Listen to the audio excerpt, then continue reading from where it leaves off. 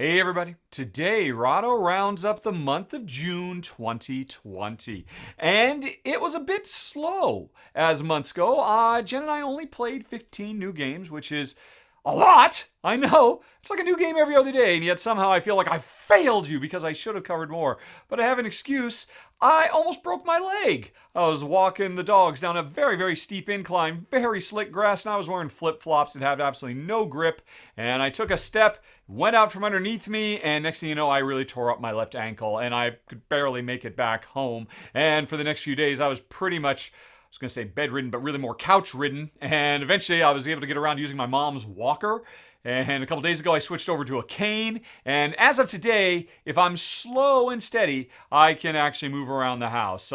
So that's kind of put a crimp in the normal Rahdo run-through activities. And Jen, my wife and only gaming partner, has been gone for a sizable portion of the month as well. So those two things combined, well, like I said, 15 games under the circumstances ain't too bad.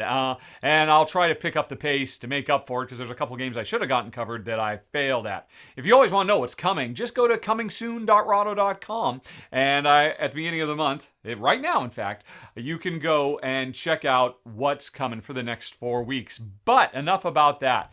You may have noticed that the title of this says there's 17 games to talk about instead of 15, and that is true because, of course, I got to talk about the game that Shea and Ryan, each of them, also covered a game this month, and hey, they're contributors now. I'm starting to wonder, should I actually bring them on so they could talk about it, but that would require a whole bunch of coordination, and hey, I watch their videos, and so I can actually talk about what I think about what they said. So before we get to the countdown, as always, I'm going to count down my top 15, the only 15 new games we played. Let's talk about what Shea played and filmed this month. Mini Rogue, which was a paid Kickstarter preview, and I gotta say, folks, we got word about this game very late. It was practically about to launch, and I did not have time to cover it. And I kind of wish I had, because it looks like a lot of fun. Fortunately, Shea was able to step up, got it done, and yeah, this game truly captures the feel of classic, not exactly text-based, but ASCII character-based adventure games called roguelikes, like NetHack and whatnot, but in board game format. It's very quick, very fast-playing. It's a solo-only game, but go check out Shea's run-through if you have any interest in classic ASCII character, NetHack style dungeon crawls, because this really does a lot of cool, fun stuff. True, it does feature roll to resolve, as well, which normally I'm not a fan of, but this game is so fast and it can be so brutal. I think I probably would have found myself enjoying it anyway. I certainly enjoyed Shea's run through, and like I said, I'm regretting not having gotten the chance to run it through it myself because it looks like a lot of fun, and Shea definitely had a good time playing it too. So there was Shea's Mini Rogue run through, and then we had Ryan, who did a rules run through for Monumental because its first expansion is on Kickstarter right now. And I have to admit, they originally contacted me to do a run through for it, and I passed because while this game is a deck builder, it's a Civilization style deck builder, and it has such a cool core idea. The fact that you have your cards from your deck get put out in a grid, and you activate all the cards in a row or a column simultaneously, and you can get really interesting combo chains, and then you refill the grid and keep going. I think that is brilliant. I so love that idea, and I would so love to see that in a game that is something other than Monumental, because the other half of this game is a dudes on a map trying to deploy your forces all over the place so I can kill your forces and take what you have built and destroy it or own it myself until you steal it back, and lots of back and forth. And so half of this game I am head over heels in love with. The other half of the game I could care less about. Now, what I didn't realize is there's a solo mode. And if they told me up front there was a solo mode, I probably would have covered it because I so want to experience this game. Again, go check out Ryan's video.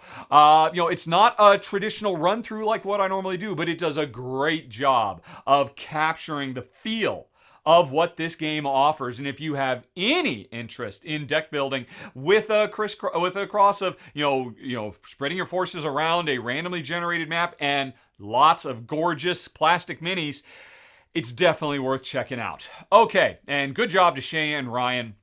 I know Ryan will be back in July. I don't think Shea has anything lined up right yet, but we're always working on it, so hopefully you'll see more of those guys soon. But with all that out of the way, folks, let's now move on to my number 15 of the month. It is Minecraft Builders and Biomes. And now, I should say, don't be fooled by the low rating. This is like the lowest rated game of the month. This is still a solid 7.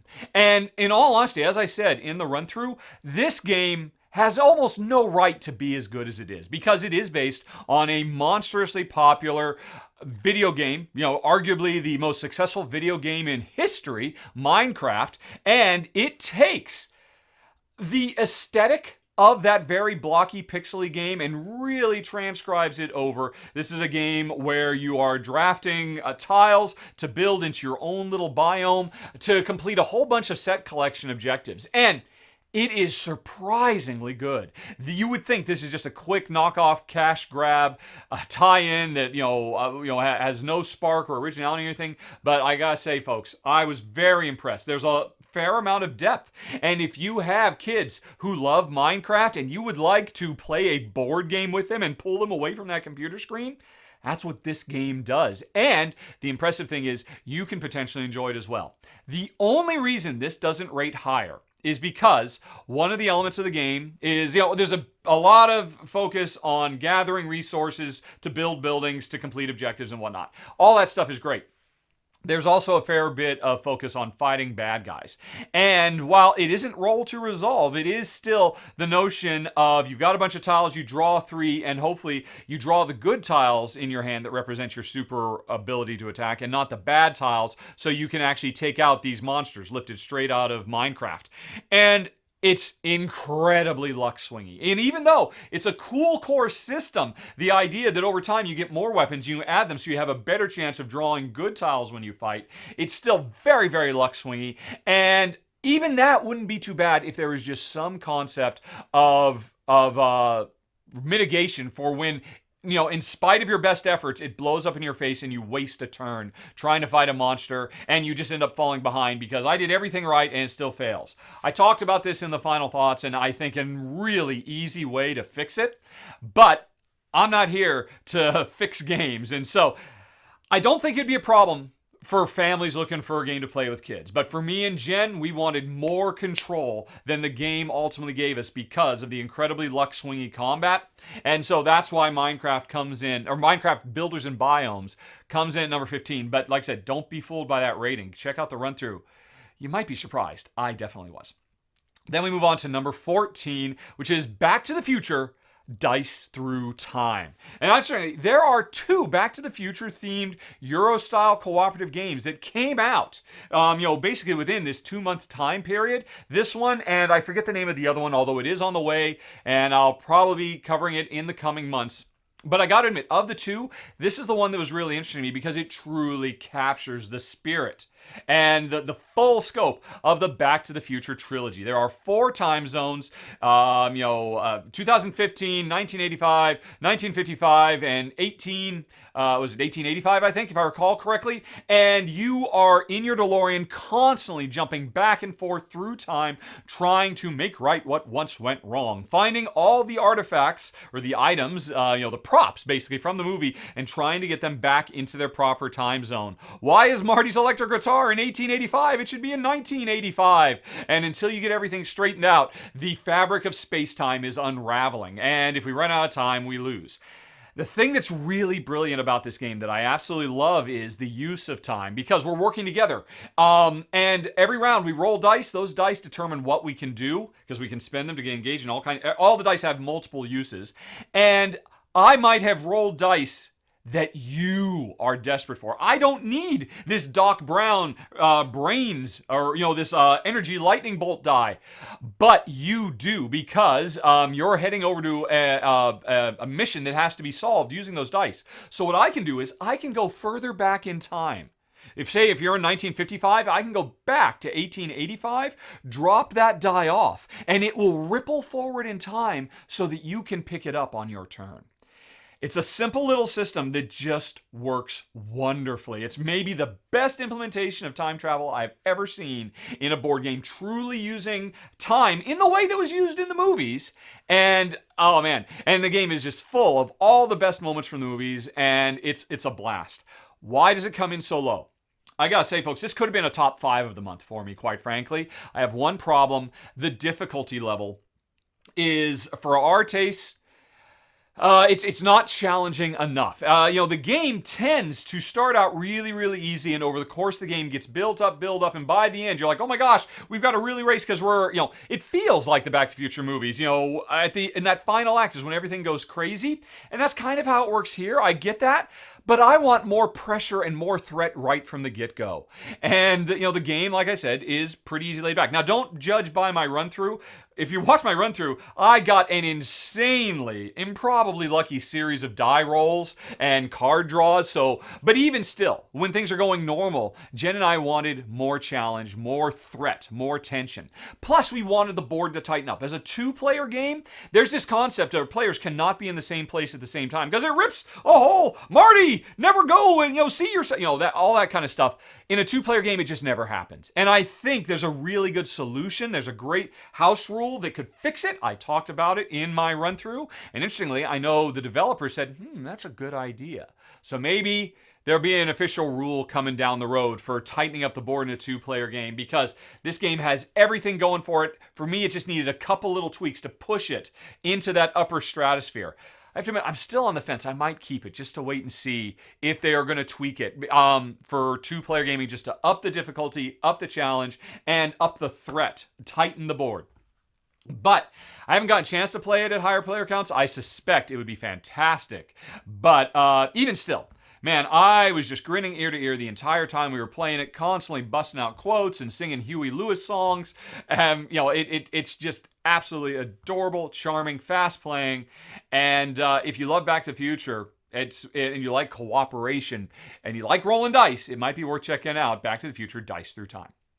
Then we got number 13, Abandon All Artichokes, which is a very charming little deck builder, although not really. You start with a deck with nothing but artichokes in it. And artichokes are bad. You want to abandon all your artichokes. You're trying to get rid of them because the first player at the beginning of their turn to draw, like any deck builder, you draw up all the cards you're going to have for that turn. And if you draw no artichokes, you win. So this is just a race to get rid of those artichokes. And we're doing that by deck building, drafting other cards, adding to our deck, and then on subsequent turns using them to manipulate things, swap cards with other players, and get rid of those artichokes.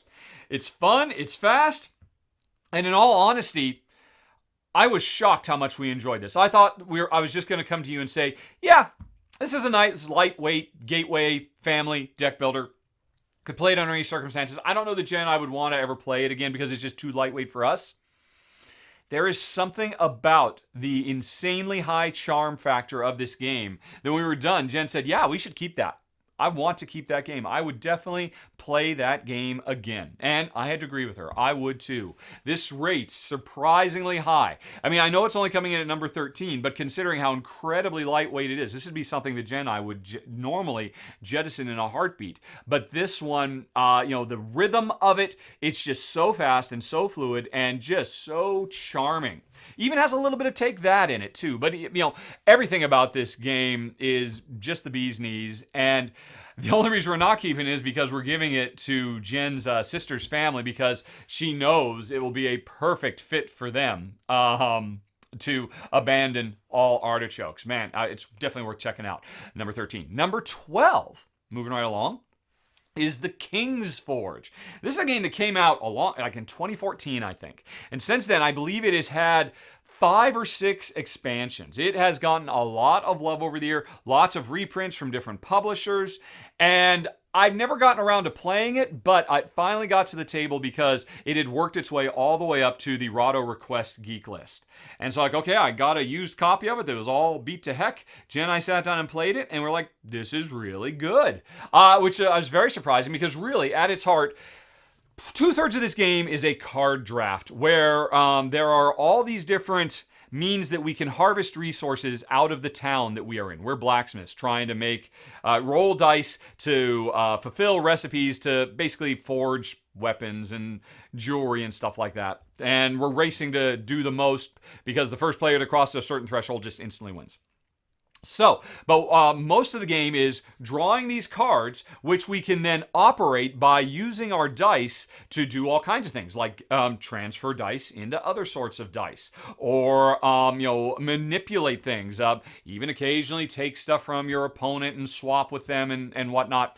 But after all the card drafting is done, and we've got a collection of the dice we will actually use to try to forge stuff, we then roll our dice, and it's kind of interesting. It's almost kind of like an auction. If I roll all the dice to forge this sword, I could grab it. But then, after my turn is done, if you roll dice to forge the same sword, but your dice are a higher value than mine, you take it from me. So it's like I said, it's kind of a dice roll to resolve auction that's really interesting. There's a lot to like here. Now, at the end, everything I just said about Artichoke, I applies here, and I do think this is a bit too lightweight for us, and the take that is a bit too much for us, and so I don't think we're going to keep it. Although I think the most recent expansion, King's Forge Gold, from what I've read about it, it really introduces several key new notions to the gameplay that might fix any problem we have with the game. But I mean, we definitely enjoyed our time with it. But and I would say it's better than Abandon All Artichokes, which is why it rates higher, just in kind of an objective metric. But still, for this to keep this game, I would definitely feel the need to go out and get some of the expansions for it. Whereas Artichokes, again, they're both, they're both lightweight, they're both fast, they're both very gateway-ish style games, and with great production values, sharp designs. King's Forge, I think, because I don't want to go out and seek out a whole bunch of expansions for it on top of it, probably won't keep it. But still, was very surprised. Did not expect to dig it, but we really had a good time with the King's Forge. And that's number 12. Then we go on to number 11, Hokkaido, which is the sequel to Honshu, which I did a run-through for quite a while ago. And if you go back and watch my original run-through for Honshu, you'll get 2/3 of this game. Because really, at its heart, we are taking cards that have a grid of all types of environments, and we are laying them down, stacking them on top of, burying them underneath other cards to try to create different layouts, big villages or places that generate resources so we can use those resources in other places. Lots of different ways to score points. A nice bit of variability with the changing objectives every time you play. But just this idea of this card tableau melding, which we've seen in lots of games recently. And again, Honshu is one. Sprawlopolis, Circle the Wagons, Hanging Gardens. There's so many of them now. And Hokkaido and Honshu are really great examples. Maybe not the best one. I mean, at this point, the best one by far is Walking in Provence, which, oh my gosh, Walking in Provence is so good. But Hokkaido is very good as well. And here's the interesting thing. It's a sequel to Honshu, and if there was one problem we had with Honshu, it basically mixes that card melding with trick-taking, which was an interesting idea, but I don't really think drew us in enough. Hokkaido still has the card melding, but it replaces the trick-taking rules with card drafting rules. I'm like, yes, this is so much better, so much more engaging. And it's interesting. The rules say you can apply the card drafting system it's backwards compatible to Honshu. And the trick-taking, if you like that in Honshu, you can apply it to Hokkaido. So Hokkaido adds other stuff too, like more complex rules for building. There's like a mountain that cuts your world in half and stuff like that. But on the whole, I definitely like this more. My only problem is they have a special 2-player specific extra set of rules for the draft that makes it a little bit more hate drafty, which we didn't really mind in theory, but in practice, it made the game a bit overburdensome, and I wish the draft had been done a different way. Just, hey, you know what? There's a certain number of them on display. We each take turns and then new ones come out. Something like that, because the whole, I pick one for myself, then I draw, and now I got to pick one to get rid for you. A lot of times I just have no idea what to get rid of, and it slows the rhythm of the game down. I've seen that used to great effect in other drafting games, but here it felt a bit out of place. And so that's why Hokkaido doesn't rate as high as it otherwise might. Still, a keeper. Definitely. We are totally in Keepersville now. And that was number 11, Hokkaido. Then we go on to number 10, Metro X. Now, this is a roll and write from Hisashi Hayashi, who at this point, I think I have declared in the past, I have declared Hisashi Hayashi the Steffenfeld of Japan, because he just keeps putting out really stellar design after stellar design. His high watermark to date is Yokohama.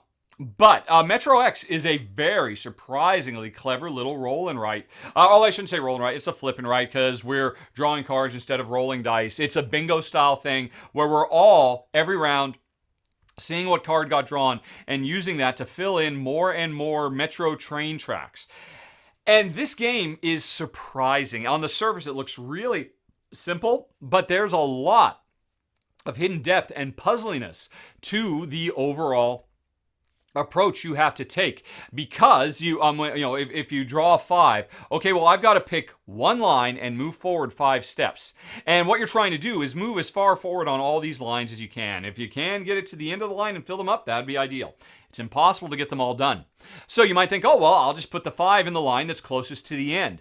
But what you want to do is use that 5 on a line that will create the opportunity for you to skip, because these lines all crisscross against each other.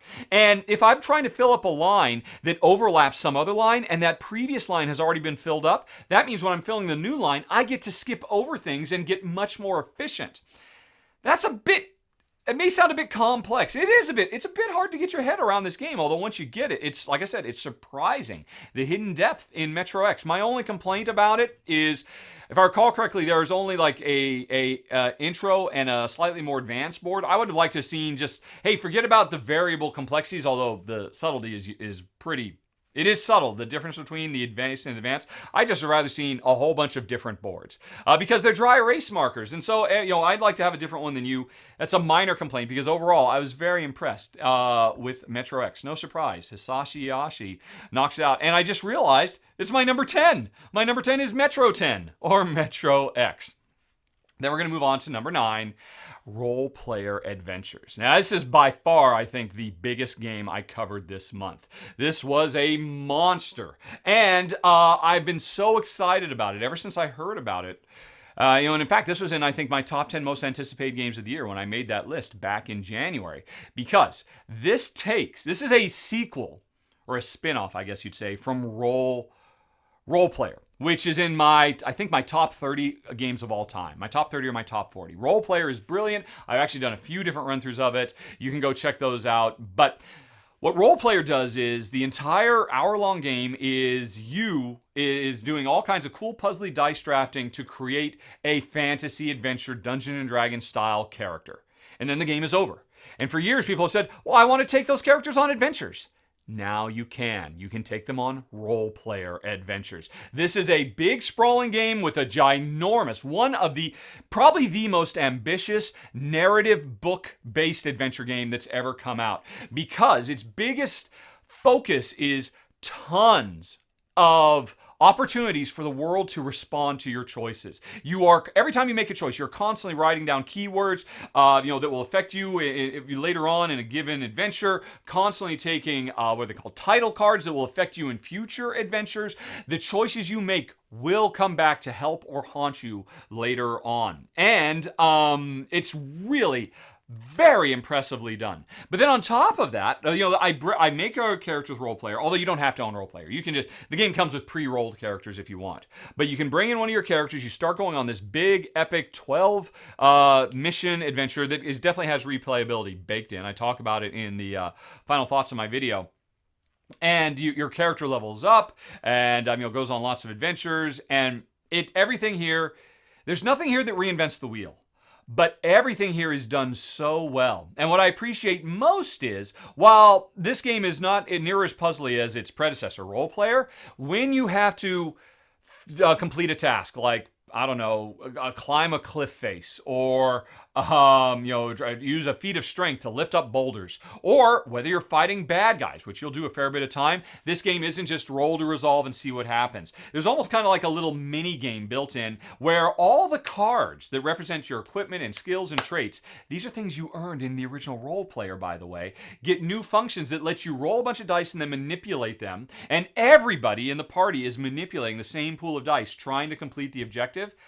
It was a really fun dice manipulation little mini puzzle. I don't know that you couldn't make a whole game out of that, but it's so much better than most of Role Player Adventures contemporaries of, oh, this is what happened. Okay, it says we have to do a strength test. Let's roll some, and oh, I failed the strength test. Not so here. It's so much more clever. This game is going to be a monstrously huge hit. It's on Kickstarter. By the way, oh shoot, I forgot to mention, this was a paid preview. Did I mention before? Have I had any other paid previews here? Both of Ryan and Shea's videos were paid previews. I feel like it's really important because I know some people listen to this on the Kickstarter, or on the the podcast, so they're not actually seeing the stuff on screen. Nope, everything else. I did not have to rewind. All those were commercial games. Yes. I should edit this out later, but I don't edit nothing, folks. Role Player Adventure is a paid Kickstarter preview. So my personal subjective opinions, you should bear that in mind, but I was very impressed. Go check out the run-through for number 9, Role Player Adventure. Then on to number 8. The Age of Atlantis. And folks, I gotta say, I don't know where to start. This is such a huge game. Not only just in terms of its table real estate, but in terms of its scope and its breadth and its ambition. But before I get too far, please remember, folks, this was a paid Kickstarter preview. So, what did we think? Well, at its heart, this is a pretty straightforward worker placement game, but you're using dice for your worker placements. You don't roll them. Instead, you put them face up, indicating what their current morale is. And the interesting thing is, you send a worker out to a building, out to the barracks to train for, or to build things, or whatever it might be. And after they've done that action, you can kind of nudge them. You can literally rotate the die and have them go again. You can even do it again and push them into the depths of exhaustion and despair so that you can get maximum usage out of these workers. Get 3 actions for only 1 placement? Yes, please. But here's the problem. We are overseeing the development of the ancient city of Atlantis. And Atlantis is watched over by Poseidon. And Poseidon does not like it when we don't take care of the citizens of Atlantis. And so, at the end of a round, when you take all your workers back, if any of them are literally demoralized because you push them too hard, well, your standing with Poseidon will drop. Which isn't a problem immediately, but there can be certain events that will make him unleash his fury. And you don't want to be on his bad side then. Never mind the fact that if you keep working your way up in his good graces, you'll actually get a huge amount of points. So that's one interesting thing about the worker placement, the morale system. But those dice have even more to give because they represent 2 different types of citizens. Regular peasants who have to stay within the walled city of Atlantis when it was still on land. It hasn't sunk, by the way, yet because this is ancient antiquity. But you can upgrade your dice to turn them into full Atlanteans, and the Atlanteans are able to travel out in the landscape and go out and harvest resources and build more buildings, because Atlantis itself will fill up very quickly as players build more and more buildings. This is the type of worker placement game where at the start, there's really not a board. Players have to build up the infrastructure of this city so that they can actually use all the buildings they built. And of course, players share these buildings with each other. Once I make a temple, it's open season. Anybody could go use it. And maybe I'll never be able to get my foot back in the door because everybody else is jumping in on my temple-y action or whatever it might be. Although every player does have their own very unique building that only they can use that gives them really cool asymmetrical game-changing power. So that's all very nice. But, the dice are one thing. What's even better is the amazing miniatures. Poseidon himself is represented by this awesome, he must be 4 or 5 inches tall, just sits in the middle of the board, looking out over the landscape, pointing in a direction every round, chosen randomly, that is his blessed part of the city. If you do your worker placement there, you'll get big points. But I don't want to go there. I want to go over there. Well, it's Poseidon. What are you going to do? But the interesting thing is, on the outskirts of the board, at the end of every round, invaders invaders will show up from Rome and from Greece because they are jealous. They want all of our riches. They want all our technology. Because it turns out this game tells the story that all the ancient mythological creatures that we know of today as, legends and whatnot, turns out those were mechs that the ancient Atlanteans were able to build and use to defend themselves. And it's so cool to build these gigantic Pegasuses and Cerebuses and Minotaurs and whatnot, and then put your little worker dice on them, and they ride them around the countryside, routing all the invading enemies who keep coming. Kind of a similar way to, Castle Panic. And the interesting thing is, if those invaders ever make it to the city, or ever make it to any of the buildings we've built out in the countryside, Poseidon doesn't like that. And he gets very angry, and he will flood. He will unleash a torrent to take out all those invaders, but he'll also inadvertently take out all the buildings as well. And when he gets mad, that's when he strikes at us if we haven't taken good care of the people as well. So he is a fickle god, and you've got to try and, balance so much stuff going on. The tech trees that come with this game are amazing. There are so many different ways you could level up every time you play. It's going to go in a different direction based on the opportunities that you create for your opponents when you build buildings and that they create for you. Even the invaders, because sometimes they don't come with more troops. They come with little worker placement spots that you can go out and interact with the invaders instead of fighting them.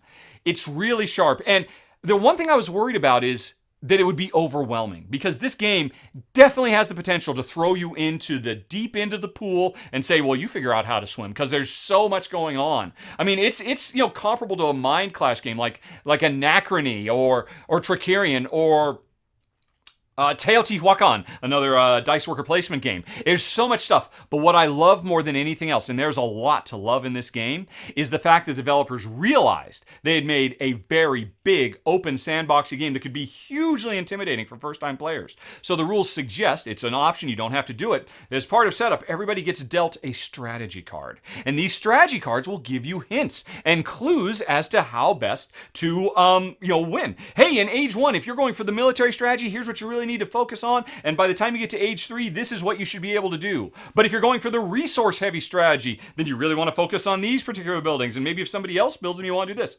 I love this. This is so smart. My wife and I, we both ended up getting a different one, and we started playing, and right from the beginning, we felt a sense of confidence in our decisions. We knew that even if we didn't know everything, all the permutations, all the long-term effects, the knock-on, causal chains of our actions, we felt like we were making good decisions because we had a strategy, because the game helped us and gave us one.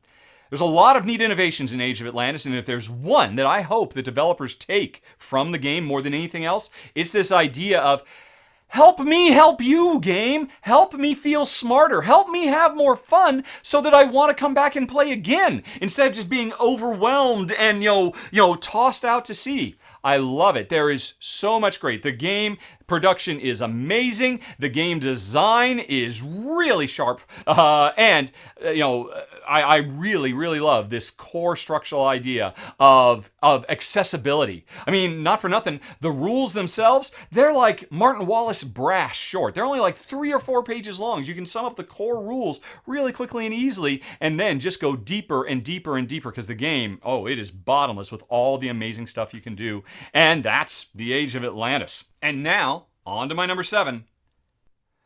Wonder Woman Challenge of the Amazons. So, this is a cooperative game where Princess Diana, Wonder Woman, and her fellow Amazonian warriors are trying to protect Themyscira, Paradise Island, from any number of problems. In fact, the game comes with 3 different bosses, whichever one you play in a given game, not significantly, but somewhat changes the challenge you face of how problems spread over the island as we run around trying to stay one step ahead of them, fighting fires all over the place while completing whatever objective we need to do.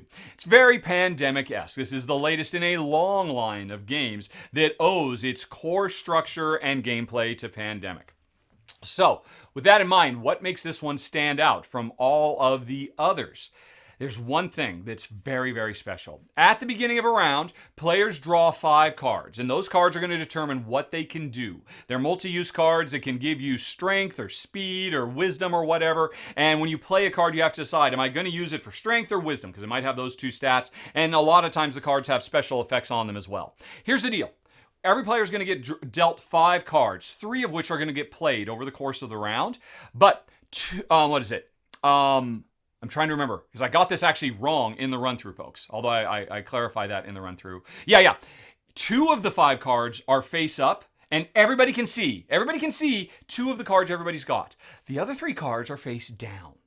And here's the problem. Everybody's got their 2 cards, so you and I are playing. Between us, we know of 4 of the potential cards. Each of us is going to have to play 3. And we can start planning, oh, you're going to be really strong. That means you should go over there and fight the cheetah. And I'm really wise. That means I should go over there and start trying to recruit more warriors or try to, cure the wounded, soldiers that are over there or whatever. But we can't make perfect plans because we only know what 2 of our 3 cards are. The other 3 are face down. We can't look at them yet. So we make the best plan we can, knowing that after we're done planning, we're going to have to zip our lips and not communicate anymore.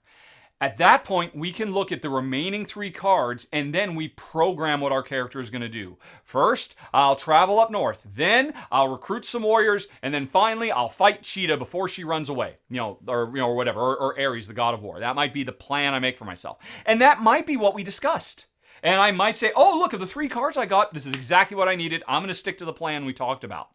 But what you'll find often happens is when you reveal those 3 cards, oh, yeah, that plan's not going to work. I did not get the card I needed. Or, oh my gosh, I got this card. This one's even better. I should jettison the plan we talked, but I can't talk to you about this. And what I can start thinking is, okay, I know what you're going to do because you said what you're going to do. And if you say what you're, and that means you're going to be over there at the Coliseum on the second round of our action phase, that means I could change my plans, move over there, and double the strength of your action. And then, that would be huge. And I could let Cheetah live. I could let her fight her another day. And so, I have to make these plans in secret. And then once everybody's made their final choice, and hopefully, and it's always best when some people stuck to the plan and other people went off and did their own thing, and then we reveal and everybody's surprised, and hopefully it comes together. Hopefully it doesn't fall apart. Sometimes you just want to stick to the plan and you can't, so you have to change it because you didn't get the cards you needed. This core imperfect communication system is one of the most clever cooperative structures I have ever seen, and I love it to bits. Jen and I were both tickled pink. Now, there's a lot of other stuff that's really nice here. The different Amazon warriors that you can play as have different special powers. It's really cool. They delivered 3 specific bosses that changed the game up in not insignificant ways. But that's almost beside the point. The reason this game rates so high, comes in at number 7, is because that imperfect communication is one of the smartest designs I have seen in years. And I hope that other developers, it drives a thoroughly, otherwise okay cooperative Pandemic clone.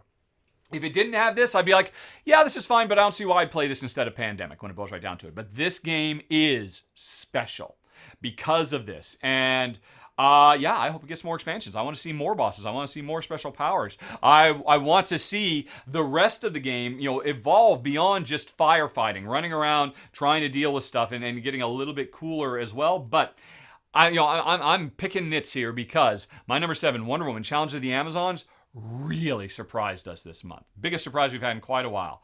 Number 7, Wonder Woman: Challenge of the Amazons. Then moving on to number 6, we have got Intrepid. Now, this was another paid preview. It's a good thing I'm remembering to say that. So, what is it? This is a game where players control a group of international astronauts on the International Space Station. And when there's a meteor shower. Although, as I understand it, I think there's going to be alternative missions as well. The prototype I played had a meteor shower, which you were constantly having to deal with. That the space station was constantly getting hit, and modules were getting damaged, and we have to deal with that. Because even if there weren't a meteor shower, it's tough in space. You have to generate enough atmosphere, enough climate, enough nutrition to be able to stay alive, because you'll die. It's a very unforgiving place, space. And that's what we're doing in this game. Every round, we have a bunch of dice, different amounts of dice depending on what nationality you are, whether you're Canadian or UK or Malaysian or whatever. And every player, whenever they take on a certain nationality, they get very cool, really super unique special abilities. Like, this game goes so far above and beyond in the asymmetric player powers arena. It's very, very impressive. I've seen some ideas in here I've never seen in another game. The Japan one is particularly interesting. But anyway, every round we're going to roll some dice and we're going to use them worker placement style. I can deploy dice to my modules or to a common set of modules in the center of the space station. You can deploy dice to yours or the center. We can also spend our dice on completing missions and all kinds of stuff. One of the big things we'll do though is, oh my gosh, I so desperately needed a 5. Without a 5, I can't activate this module and we're going to starve. That's okay, you rolled a 5. Or more to the point, you rolled a 3 that you can use in this module to turn your 2 by flipping it into a 5, and then some of the modules allow us to transfer dice back and forth to each other. So then you can give me that 5, I can activate it, we don't starve, and but we're probably still going to freeze to death because now I've got to deal with the climate issues. Oh man. The thing I love most about this game is, after all the dice are rolled, unlike most cooperative games, there's no turn structure here. It's not a real-time game, but it just means we can resolve our dice in any order we want. And I find that to be so liberating, and it makes me chafe at the shackles that other cooperative games put you in. And I'm including Pandemic here, my favorite game of all time, or Gloomhaven, where, oh, it'd be really great if I could do this thing because then I could help you and do your thing. Nope. Gotta stick to player order. Not here. We make the order, and that makes us feel clever.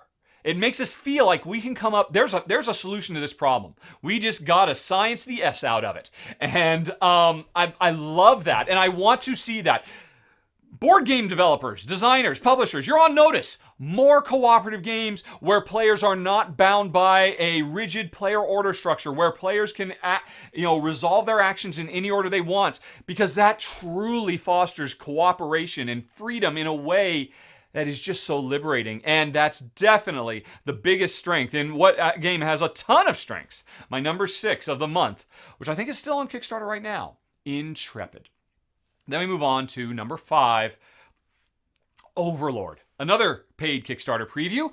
And this is the sequel to Boss Monster, set in the same 8-bit video game fantasy universe, although this is nothing like that game. This is a tile drafting and tile laying game. And it's not entirely dissimilar from a Tiny Town sort of situation, because you have a very tiny little realm that you are trying to fill up. You are the boss monster. You are trying to fill up your realm with forests and graveyards and mines and caverns, and fill those full of monsters. Because eventually, it doesn't happen in this game, but some Link-like hero is going to come along and try to explore your realm and hopefully get killed. You're trying to make the best realm you can. And you're doing it through tile drafting. The interesting thing is, on your turn, you are going to draft an environment tile that hopefully is going to be perfect, exactly what you want. The perfect swamp to go right next to my other swamp to double the points, that kind of a thing. But the problem is, when I grab that swamp, each of the environment tiles comes with a randomly selected monster tile. And wouldn't you know it, that swamp comes with a skeleton. Skeletons don't want to be in swamps. Skeletons want to be in graveyards. But if I take those two, I've got to put the skeleton in the swamp, which means the witch isn't going to be able to get in the swamp like I want her to. And that simple little restriction creates so much angst, because I mentioned tiny towns before, because this is a tiny realm, a 4x4. This game is, I actually played my run through all the way just from start to finish. I very rarely do that. It was so quick. And it just, from beginning to end, it is full of fun decisions. It's very, very rare that you get that, oh, it's a skeleton in a cemetery, of course I'm going to take that. Most of the time, you have to make a ton of tough compromises. Because even if you can't get the right monster in the right place, if that monster is in the same row or column as monsters of its genome, skeletons like to group together. Even if they're stuck in swamps and forests, if they're in the same row or column, they can still be worth points. And yeah, there's a surprising amount of depth. And that's no surprise, because this is from the designer. Actually, he co-designed this one. Designer of Calico, which was easily one of the 5 best games I played last year. It hasn't come out yet, but it was on Kickstarter and it destroyed us with just how amazing it was. And Overlord is nowhere near as crunchy and heavy and puzzly as that.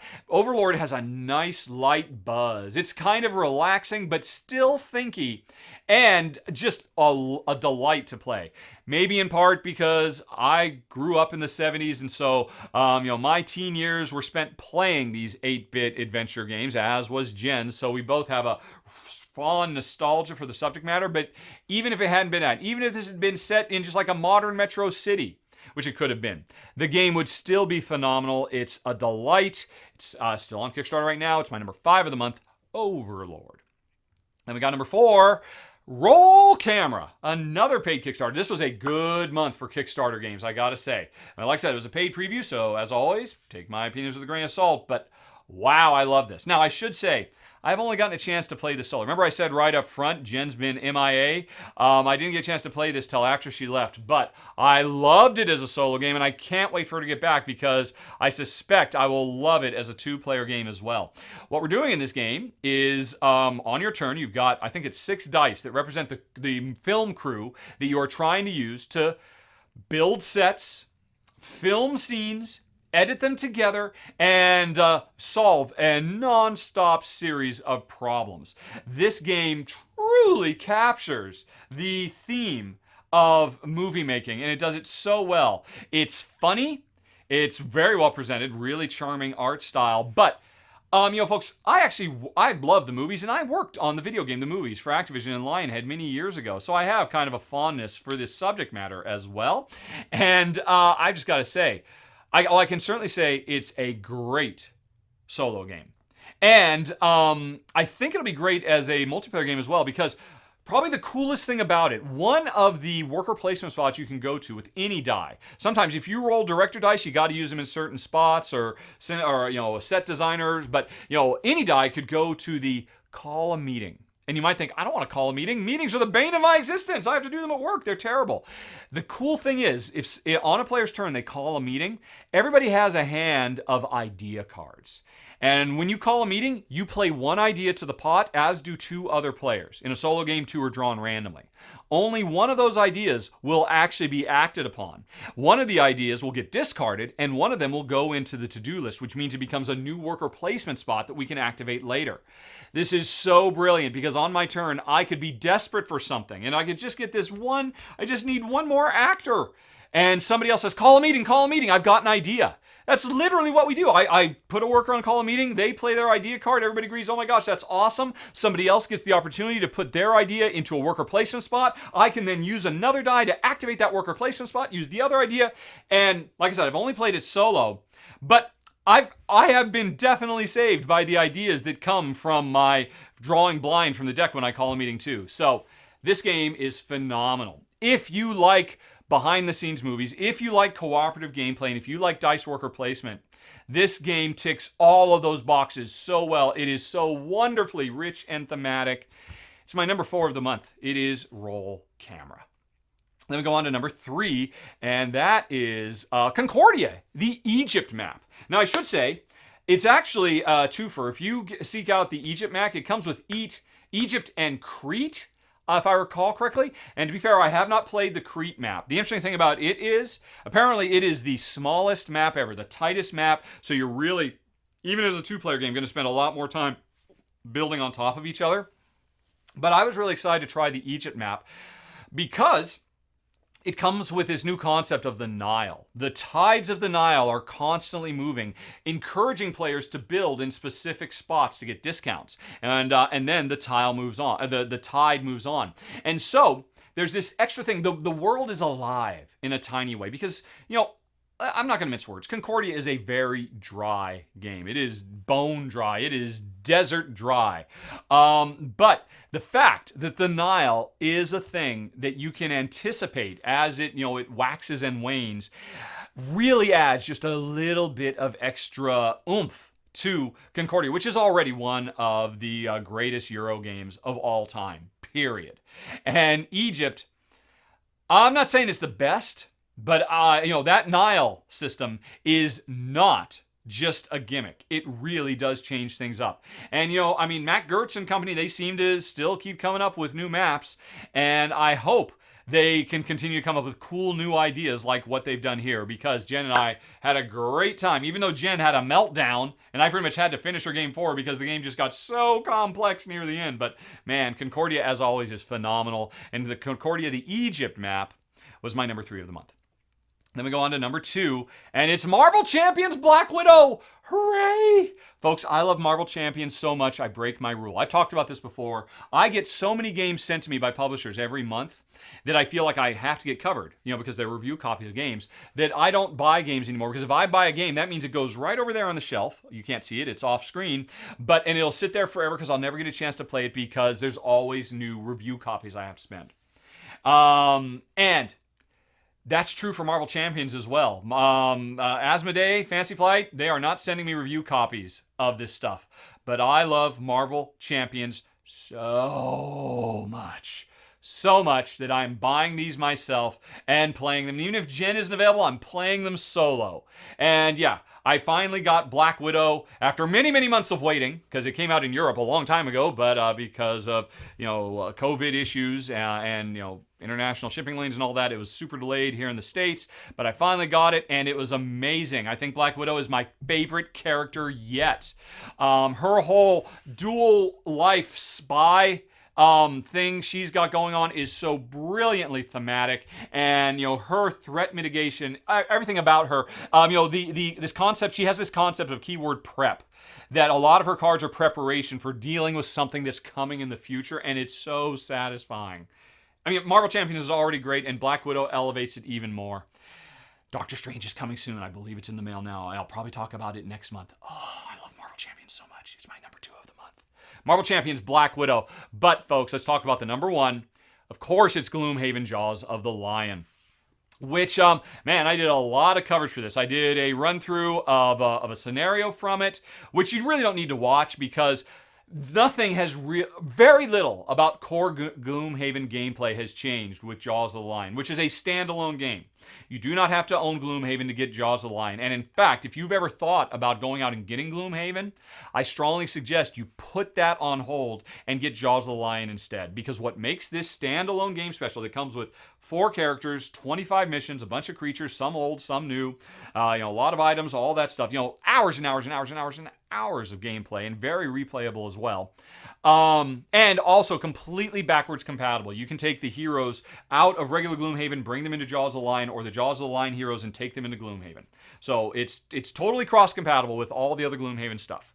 Here's why I say this is where you should start.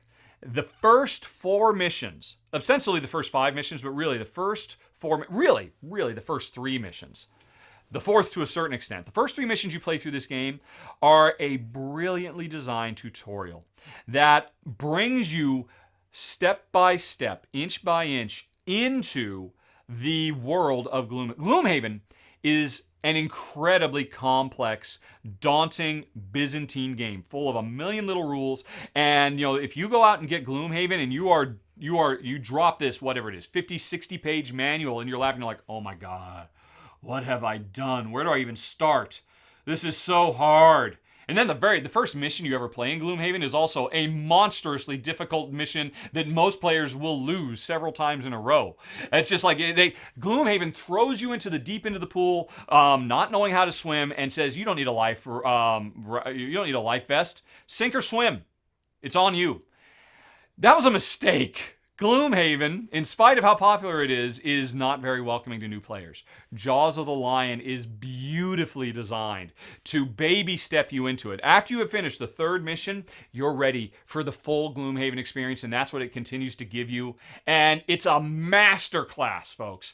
All other publishers have to study this game and see how they have wrangled one of the most complex, very difficult, very intimidating gameplay systems the industry has ever seen, and I'm not going to say it's made it a gateway. I'm not going to be, that'd be crazy, but it definitely made it approachable for anybody who has the ambition and the desire to play what is currently the number 1 game in board game history, because it's the number 1 on Board Game Geek, and Board Game Geek is the number 1 board game site in the world. It's not exactly, that's stretching it a bit, but still, Gloomhaven is amazing. And Gloomhaven Jaws of the Lion is even more amazing because of how it brings you in like a good friend. And I love it. Never mind the fact that Jen and I are just enjoying it. It's really good, solid Gloomhaven content as well. If you're a Gloomhaven expert, you can literally skip the first 3 missions and just go right into the full game, and you won't feel like you're missing anything. Everything about this is phenomenal, and that is my number 1 game of the month, Gloomhaven Jaws of the Lion. And folks, we have made it once again. What am I at here? I am at 47 minutes for 17 games. And I think I need to go take some more anti-inflammatories. I've gotten a little worked up here, and I'm putting a little bit of stress on my ankle. And I think I need to go lie down for a little bit. But as always, check back in roughly 4 weeks, and I will be rounding up for you once again. And until then, folks, so long. Thanks for watching. Have a nice day. Talk to you later. So long. Bye-bye.